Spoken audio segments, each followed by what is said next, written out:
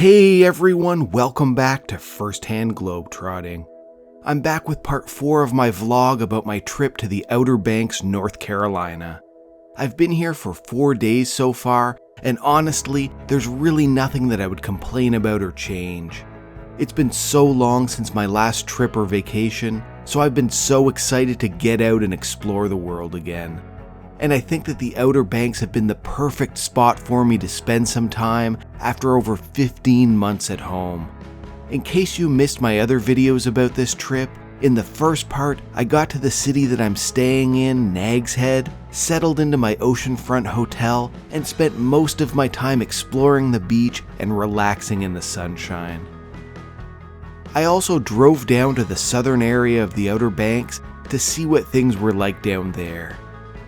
In part 2, I went to an amazing state park that reminded me of a desert, played a round of Minigolf with some dinosaurs, and visited one of Nags Head's most popular tourist attractions.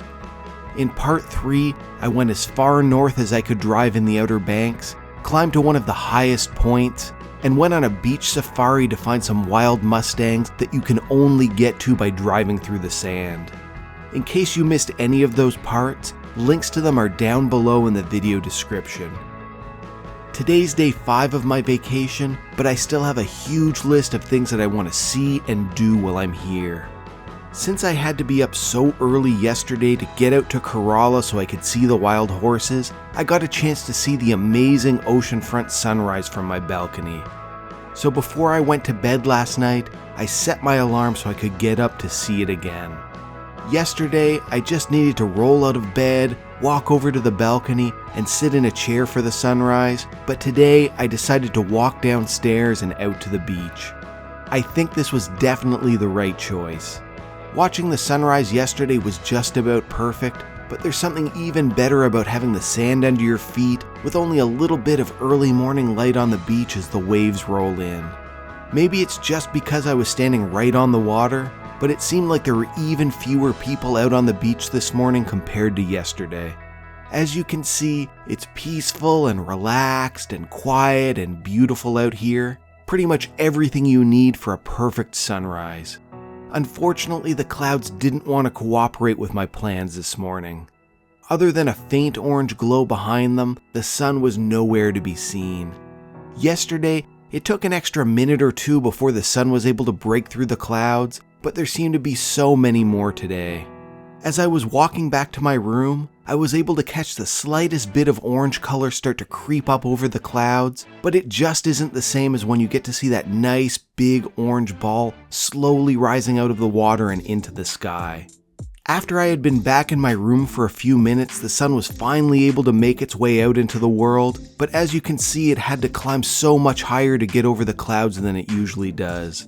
Oh well, at least I got a pretty good sunrise yesterday, and even though it was cloudy, it was still nice spending the morning out by myself on the beach.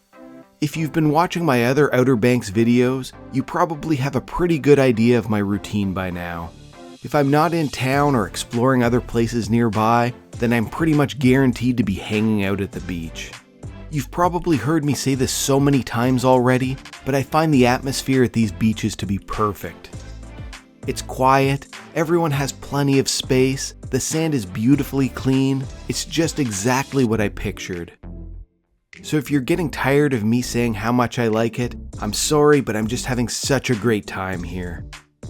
Over the past few days, I've been noticing all of these holes in the sand. Some of them were really tiny, but then some were pretty big and seemed to have marks leading into them.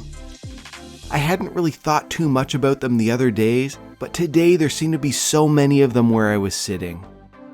Well, I found out they were crab holes. Those marks by the entrance were the claw marks from the crabs digging it out.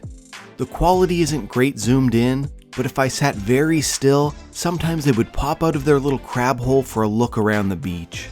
So remember how I've been saying how relaxing it is here? Well, I was lying down, and I must have been really still, because I felt something crawl up my arm onto my shoulder. I jumped up and knocked it off of me, and sure enough, it was a crab out exploring. You can see it hiding in the beach shelter. I felt bad for the poor thing, since it must have thought that I was a piece of driftwood or something that suddenly came to life. I did my best to clear a path for it, and it scurried out of the shelter and dove into the nearest hole it could find. After that, I couldn't really fall back asleep, so I did the next best thing and grabbed some shrimp tacos from a nearby restaurant and had a picnic on the beach next to my new crab friends. It seemed like every store I went to had a soda called Cheerwine that I'd never heard of before, so I asked, and it turned out that it's an old regional brand from North Carolina. I'm always up for trying local brands, and I actually really liked it since it had a really distinct cherry flavor to it, which I love. The time I've been spending at the beach has mostly been split between taking long walks through the sand and doing some exploring, or just sitting still and looking out over the water and watching the waves hit the shore. Well, this afternoon while I was looking out into the water, I saw some fins start to pop up pretty close to the shore.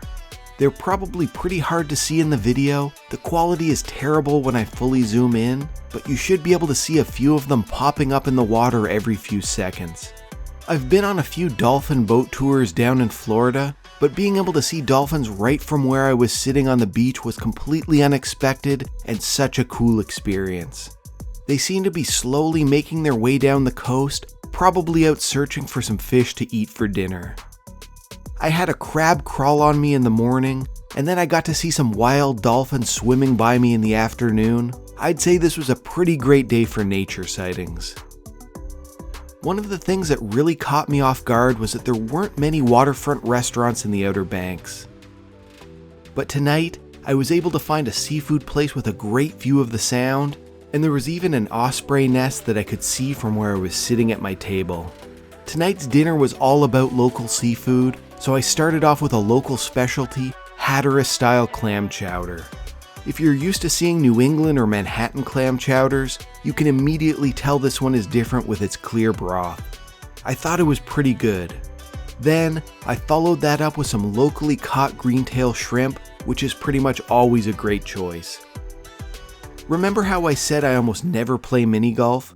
Well, on the way home I drove by another course, so I figured I should stop in and play a quick round. This one definitely felt fancier than the dinosaur one I went to the other day. There was even a train that you take to get to the first hole. It takes you on a nearly complete loop around the course, and through some little tunnels where you can see a few of the treasure hunters. Let's see if I do better here than I did on the T-Rex course. This one was definitely bigger and more modern, with some waterfalls and a river flowing through the course, and some buildings from a town, and a big ship in the middle. I'll admit, I think I kind of liked the dinosaur theme better at the other place, even if it wasn't nearly as fancy. I was hoping this one would have some more elaborate holes where you have to hit into a treasure chest or a windmill or a boat or something like that. If you had told me before I came here that I'd end up playing Minigolf twice, I never would have believed you, but even though we didn't end up finding the lost treasure at the end, it was still a lot of fun.